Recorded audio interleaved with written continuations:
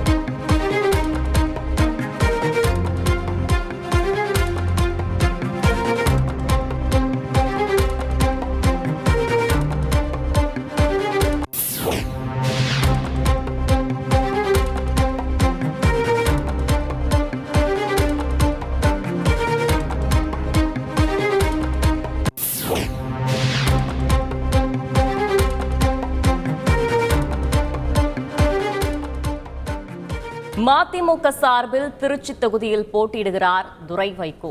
கூடுதல் விவரங்களோடு செய்தியாளர் சதீஷ் முருகன் இணைகிறார். சதீஷ் முருகன், வணக்கம். இதன் கூடுதல் விவரங்களை பதிவு செய்யுங்கள். திமுக கூட்டணியில ஒரு நாடாளுமன்ற தொகுதியை மதிமுகவினர் பெற்றிருக்கிறார்கள். கூட்டணி பேச்சுவார்த்தை தொடர்பாக 3 கட்ட பேச்சுவார்த்தையானது நடைபெற்றது திமுக தலைமையிடம். அதே போல மதிமுக தரப்பிலிருந்து கூட்டணி பேச்சுவார்த்தையானது நடைபெற்றது. இந்த நிலையில ஒரு தொகுதி ஒதுக்கப்பட்ட நிலையில் இன்று அந்த தொகுதியானது அடையாளம் காணப்பட்டது.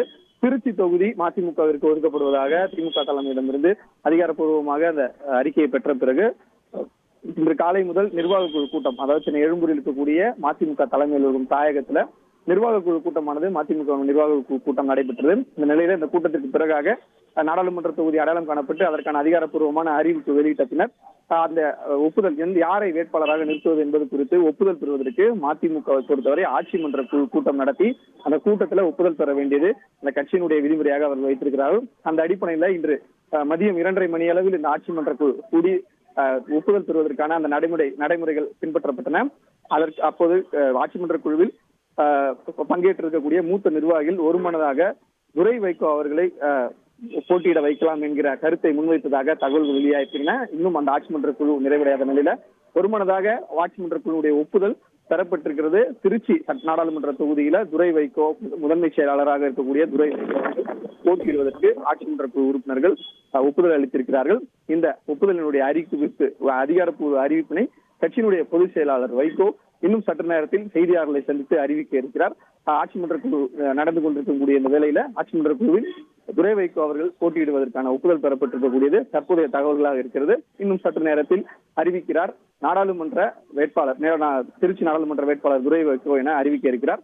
அதே போல வருகிற 22ஆம் தேதி பெரம்பலூரில் நடைபெற இருக்கக்கூடிய பொதுக்கூட்டத்தில் திருச்சி நாடாளுமன்ற தொகுதி அதே போன்று பெரம்பலூர் நாடாளுமன்ற தொகுதி சார்பில் போட்டியிடக்கூடிய வேட்பாளர்களை முதலமைச்சர் அறிமுகப்படுத்துகிறார்.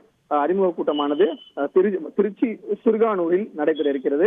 திருச்சி சிறுகானூரில் நடைபெறக்கூடிய அந்த பொதுக்கூட்டத்தில் துரை வைகோ மற்றும் பெரம்பலூர் வேட்பாளராக இருக்கக்கூடிய நபர் ஆகிய 2 பேரை முதலமைச்சர் அறிமுகப்படுத்துவார் எனவும் தகவல்கள் வெளியாகி இருக்கின்றன. விவரங்களுக்கு நன்றி சதீஷ் முருகன்.